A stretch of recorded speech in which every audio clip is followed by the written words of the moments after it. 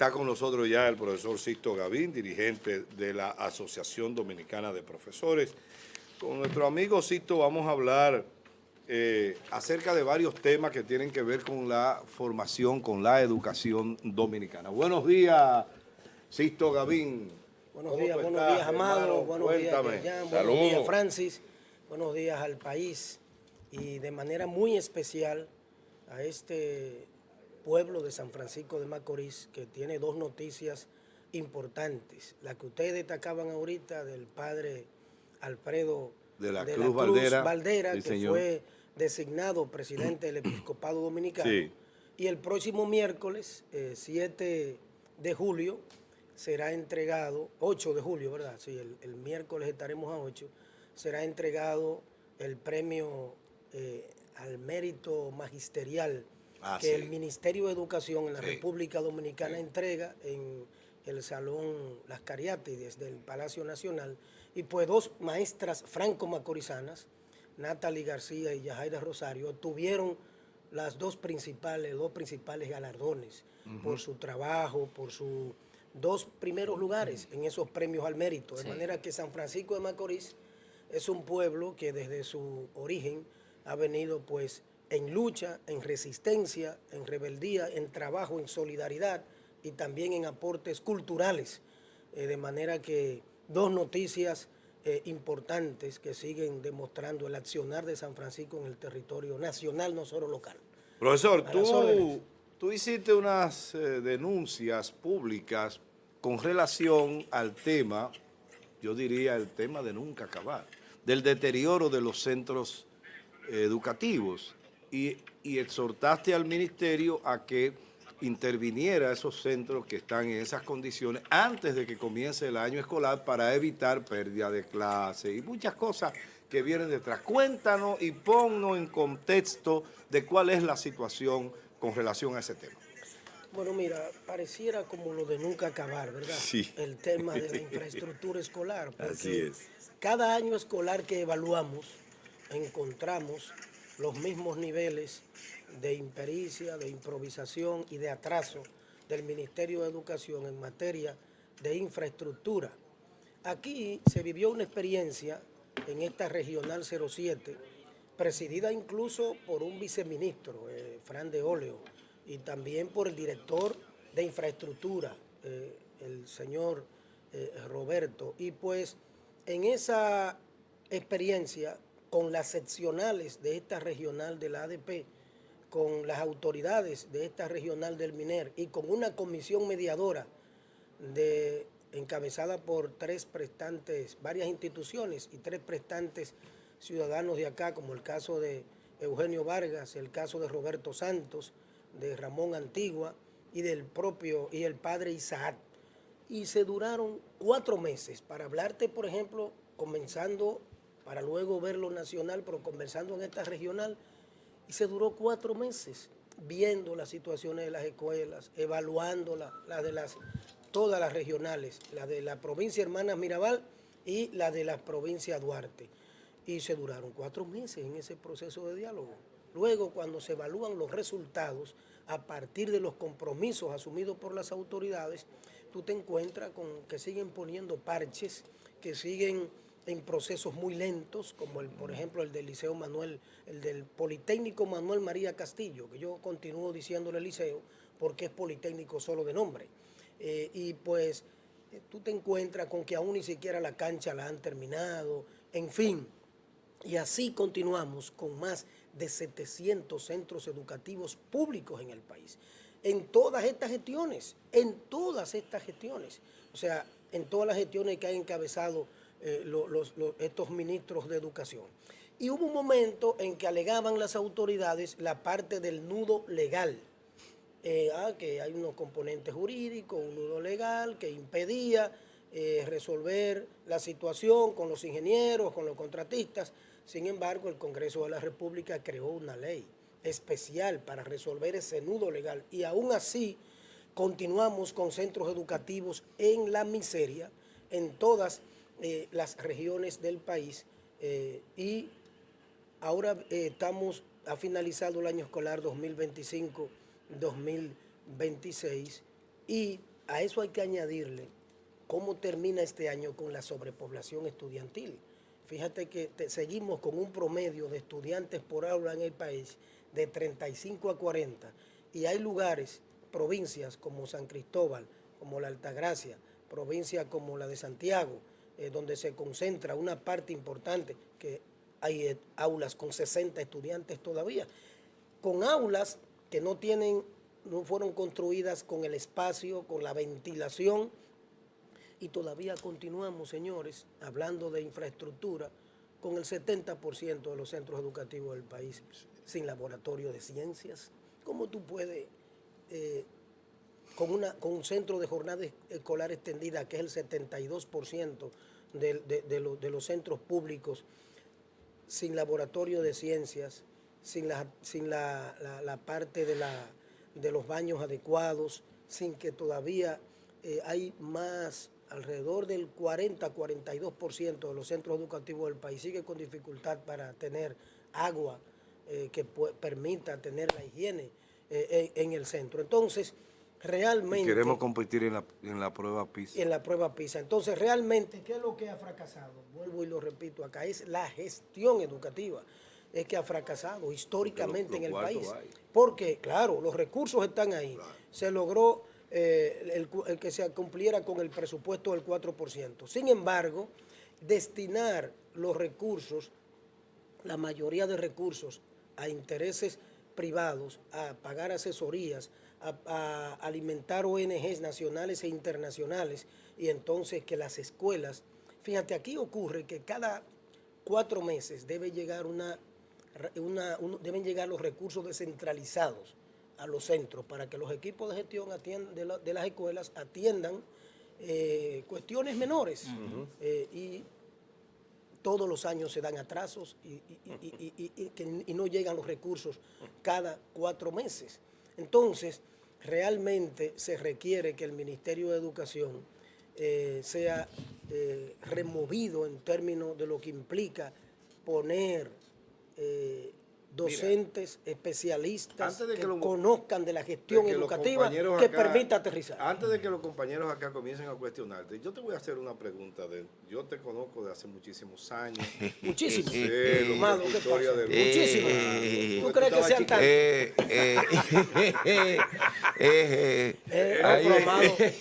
Amado. Oye, estamos hablando, señores, está haciendo una pregunta en base a su época de él llevando a Sisto allá. Pequeño, mira, para la tranquilidad tuya, Sisto estaba muchachito, andaba todavía en pantaloncillo. Mira, no, ya sin chance, la idea es, ¿tú crees que eso que tú estás relatando sea una especie de plan general de este Estado, no del gobierno, del Estado dominicano, para lograr lo que hasta ahora se ha logrado, tener una sociedad sojuzgada por la falta de conocimiento, para que no se pueda, por ejemplo, elegir un buen presidente o elegir un buen diputado, un buen senador? Mira, lo voy a vincular porque es muy apropiada tu pregunta. Creo que era ayer que tú abordabas el tema de la situación de la sociedad dominicana y una parte importante de la humanidad que ha sido llevada a esta cultura simplemente de lo light, de lo superfluo, porque como dijo José Martí, la única manera de ser libre es ser culto. Exacto. Al Estado dominicano, al Estado, no importa los gobiernos, los colores, el Estado como tal. Por eso cuando digo que ha sido históricamente la gestión educativa que ha fracasado, porque es un asunto del Estado como tal, realmente no le interesa a una ciudadanía de pensamiento crítico. Porque lo que le interesa es que la gente esté anonadada, que la gente no tenga la forma de cuestionar, de criticar y de hacer mejores y mayores aportes. Fíjate que todavía seguimos pendientes con la reforma, con una verdadera transformación y reforma educativa en el país.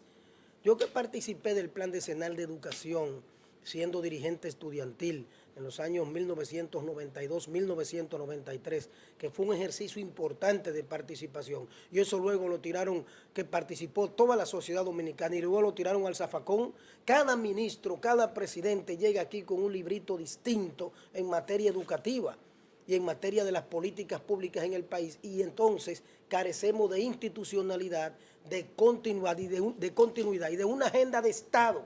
Fíjate que ni siquiera hemos evaluado de manera real el impacto del llamado pacto educativo, ni de todas las reformas que han hecho los gobiernos, y ahora la actual gestión está llevando a cabo con una prisa nerviosa la llamada, que ellos dicen ahora que no es fusión, pero que en los hechos sigue siendo la misma intención de fusionar, que es realmente una barrabasada desde el punto de vista de lo que implica los dos sistemas educativos, el superior y el preuniversitario, y están planteando una reforma donde están haciendo una llamada a consultas que realmente son mamotretos desde el punto de vista de simplemente hacerlo a conveniencia y colocando la parte de la gestión gubernamental y partidaria por encima de lo pedagógico.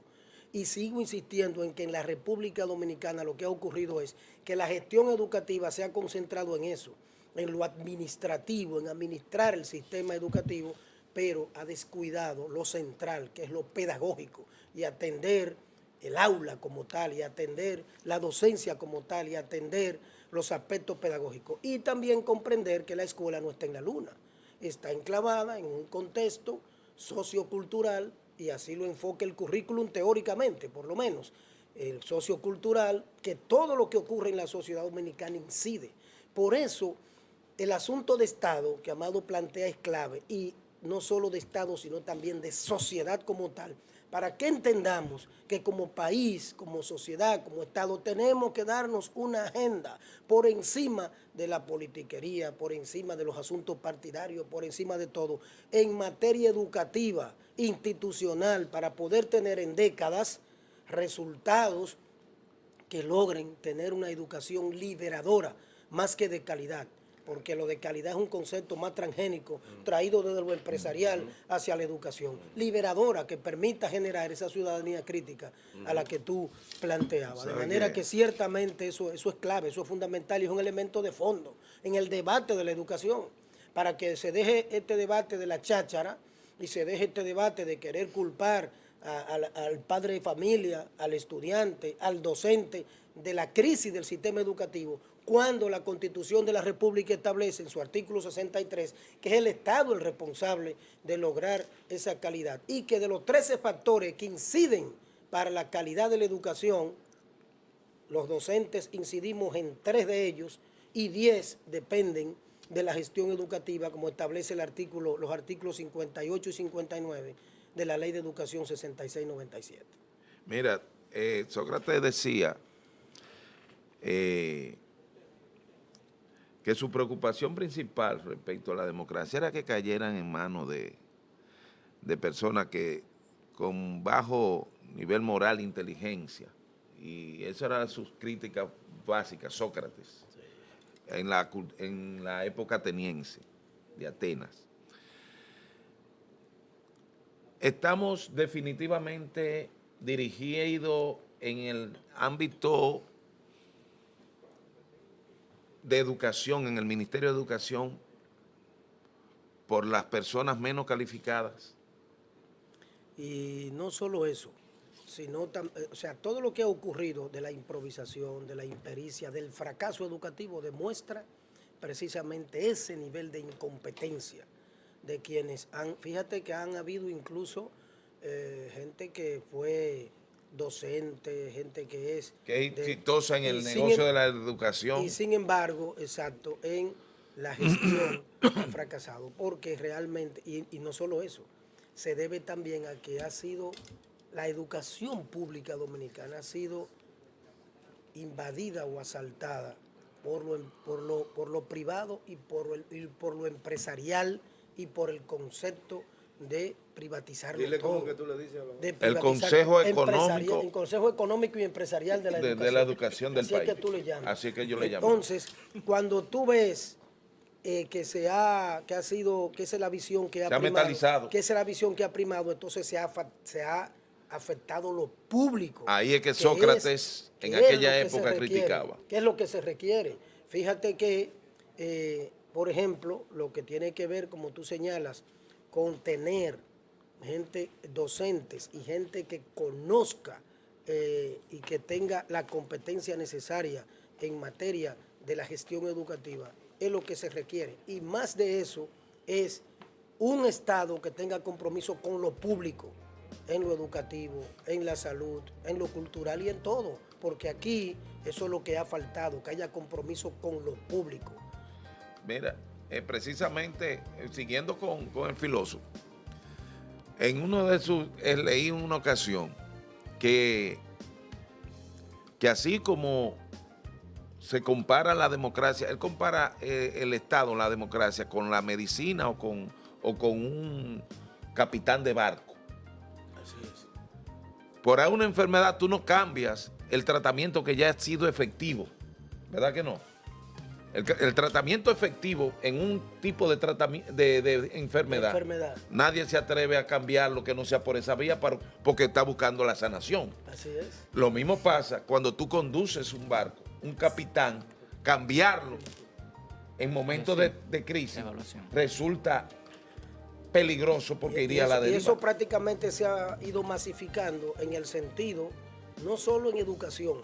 Si tú buscas, por ejemplo, la propia comunicación, el propio periodismo, la medicina, aunque es un poco ya más especializada y más delicada, pero ocurre que si tú tienes autoridades que no se corresponden con las competencias en términos de la gestión educativa y del conocimiento apropiado para dirigir el sistema, entonces cualquiera viene y te habla de educación, cualquiera te da una opinión, cualquiera sin tener, y ocurre que la educación es una ciencia, y lo que menos se ha hecho es administrarla, dirigirla como una ciencia, y científicamente. Sixto, la evaluación de desempeño. La evaluación al desempeño ha sido una batalla que hemos librado como ADP y el magisterio. Logramos que el ministerio la llevara a cabo, que debió realizar en el 2020, porque cada 3 años, según establece el estatuto del docente. Culminó el día 27 la parte de las principales etapas en las que el magisterio lo dio todo y ha quedado, aunque vamos a esperar todos los resultados ya finales que deben ser publicados y que estamos demandando al MINER que los publique, y esperemos que en una reunión que hay hoy a las 11 de la mañana de la Comisión de Evaluación Bipartita pueda realmente salir de ahí la publicación. En su gran mayoría, en las escalas de bueno, muy bueno y excelente, han estado quedando nuestros docentes. Hay incidencias importantes, como el caso de instrumentos aplicados a coordinadores, a psicólogos, a orientadores, a bibliotecarios, que estamos solicitando que realmente pueda aplicarse lo que establece la Orden Departamental 25-2018 de la revisión, porque ya concluidas estas etapas, entonces debe avanzarse, el ministerio debe cumplir con los procesos de revisión, claro, de las calificaciones, de manera objetiva y profesional, permitir reclamación en los casos de los compañeros y compañeras que lo vayan a hacer porque entiendan que no fue profesional su evaluación y que han sido afectados, y la apelación. Para eso están establecidos unos tiempos y unos plazos, y estamos planteando que se va a discutir con el ministerio ya en las próximas horas y días, lo que implica la colocación también de los incentivos, ya la parte de docentes que le corresponda, y aplicación de mejoras, porque la propia orden departamental establece, que lo planteó la ADP, que los planes de mejora deben aplicarse, ya sea el de 1 año o el de 6 meses, en el caso de que se encuentren debilidades en el ejercicio y pueda... Esos instrumentos fueron validados, o sea, los instrumentos que se aplicaron en la evaluación fueron validados, estaban debidamente validados, es decir, se permite, se puede revisar que los resultados son los que debieron ser o que realmente cumplían con la norma correspondiente. Realmente hubo un proceso de veeduría de una parte técnica sobre esos instrumentos, no los instrumentos no las pruebas como tal, sino los criterios. Exacto. Los criterios. Sin embargo,